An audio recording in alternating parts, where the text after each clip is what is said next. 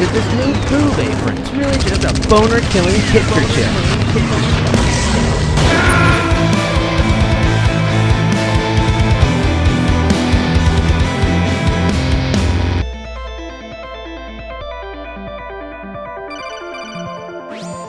So I think Stellar Blade has come out, has it not? It has released. I've been playing it. It is, we talked about the demo. I was pretty into it, so I was like, I'm probably just gonna pick it up day one. I've been running through it. There's a lot of side stuff going on. There's a lot of revisiting areas and bouncing around. Sort of the whole Dark Souls bonfire, fast travel type of thing. So you play through an area, maybe you fight a boss, you move on in the story, other things open up that you can go back to and visit. So is it all like one continuous world? I don't really know how the base structure of the game works. It's not. It's very like Japanese linear type of areas, smaller maps that I would call semi-open world, where it's still very contained and you can see that like on the map illustrations. It pushes you down linear pathways. There's a lot of exploration and that's heavily encouraged. And then, you're usually completing an area and then moving on. Right, yeah. After the initial mission, you get to the hub city, which starts to open up the kind of like light RPG elements of doing side quests, doing odd jobs, upgrading your gear, shops, and stuff like that. It's meant to feel very small and contained. And as you progress the story, more people appear in the hub.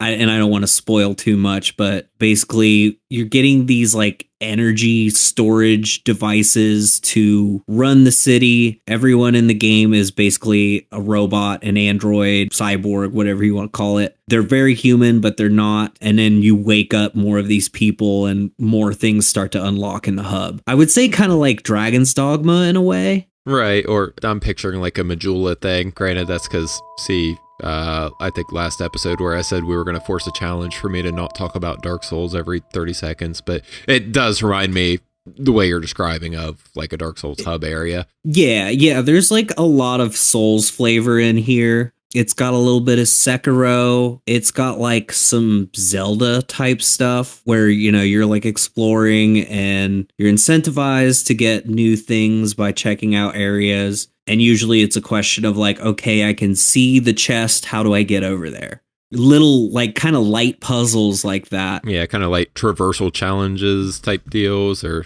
Exactly. Yeah. And, it's got like a little bit of inspiration across the board from like a lot of big games. And I think that's why I'm really enjoying it is you get like this really cyberpunk, almost like horror-esque presentation with some of the enemies. And then, all these systems that kind of like, it reminds me of Sekiro. Sometimes it has like a radar system that feels like the Death Stranding scanner. And that's how you can find other things. It makes it really easy to find chests and loot and stuff while you're exploring the area. How are you feeling about the storyline? I don't know a whole lot about the story. The impression I'm seeing floating around is Nier Automata, but I don't know how much of that is just because of the, the character design. Yeah, it's very Nier Automata. It's not as like weird as Yoko Taro stuff, but it definitely has like a very similar setup. It seems to have similar things going on with android people becoming ego aware, and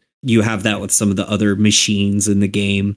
So yeah, they're definitely biting that a little bit, which I don't really mind. No, I don't have a problem with that. The characters are so-so. It seems like Eve, the playable character, starts to develop and have more reactions to stuff. I've seen hints of like choices in some dialogue, but I don't think it has a greater impact on the game. But yeah, story, I'm kind of like, I dig it. It's the sci-fi future dystopia apocalypse aesthetic works for me, but I'm not like super invested in it yet. I think it can go some interesting places though. But what I'm hearing is like the campaign is actually pretty short, like the main story of the game. So I'm kind of slow burning, and I like to play, especially this type of game, when I'm getting rewarded for exploration and unlocking stuff. I'm more inclined to do those tasks. The side missions have been fairly varied and take you to new, interesting areas that you might not have explored in the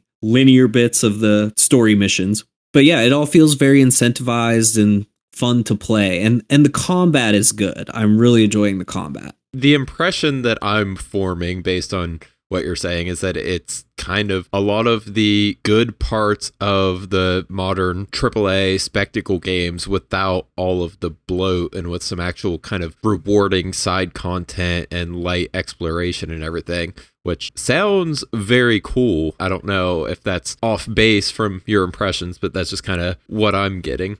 Yeah, no, that's really it. And, you know, if those things appeal to you, then you might like it. The aesthetics of it, like, it looks great. It's the game, I will say, is not as horny as I thought it would be. Obviously, there's the presentation of Eve and how she looks and all of her different costumes you can unlock, which is pretty much all I see people talking about right now. Yeah. But aside from that, there's not a lot of weird stuff going on in the story and the dialogue. From what I've seen, you know, you're just constantly getting stronger and unlocking new abilities, new attacks, long range stuff. So that's keeping it flowing for me. Yeah. Have you signed the change.org petition to remove that extra piece of fabric from her bra, or?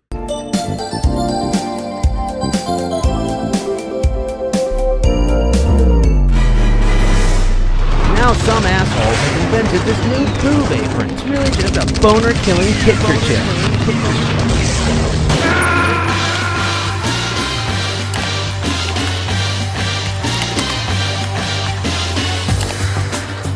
No, I've been trying to flag all those people to sign our Bloodborne petition. Okay, yeah. So our whole deal is they need to port Bloodborne to PC and other consoles and give us versions that run at 60 FPS. But yeah, the Stellar Blade crowd has not heard me out on this. Maybe we can convince them that there was some kind of censorship in Bloodborne. Like, there was some side boob that was taken out of the release version, and the only way to get it back in is to bring it to modern consoles. Maybe we can get those people on our side that way.